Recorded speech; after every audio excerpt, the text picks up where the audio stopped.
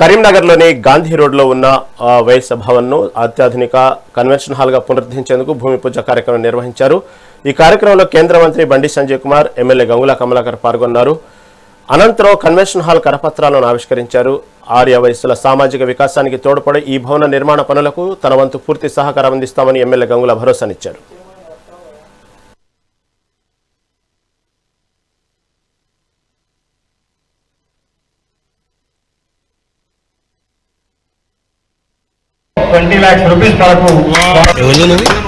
మీరు జరుగురి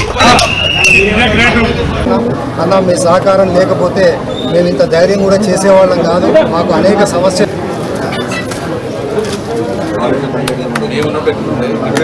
20 lakhs rupees వరకు వైశ్య భవన్, బహుశా ఈ వైశ్య భవన్ 1000 కుటుంబాల పెళ్లికి వేదికగా ఉన్న వైశ్య భవన్ అందరికీ వైశ్య భవన్ న్యాయం చేసింది, అందరికీ వైశ్య భవన్ శుభాలు కలిగించింది. సో ఇంకా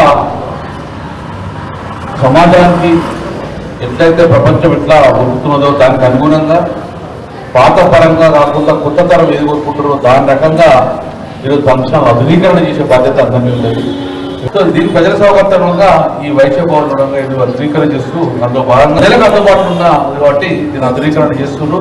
దానికి 100% మా వంతు మద్దతు ఇస్తుంది, మాకు సహకారం ఉంటుంది. ఒక వైశ్య భవన్, బహుశా ఈ వైశ్య భవన్ 1000 కుటుంబాల పెళ్లికి వేదికగా ఉన్న వైశ్య భవన్ అందరికీ వైశ్య భవన్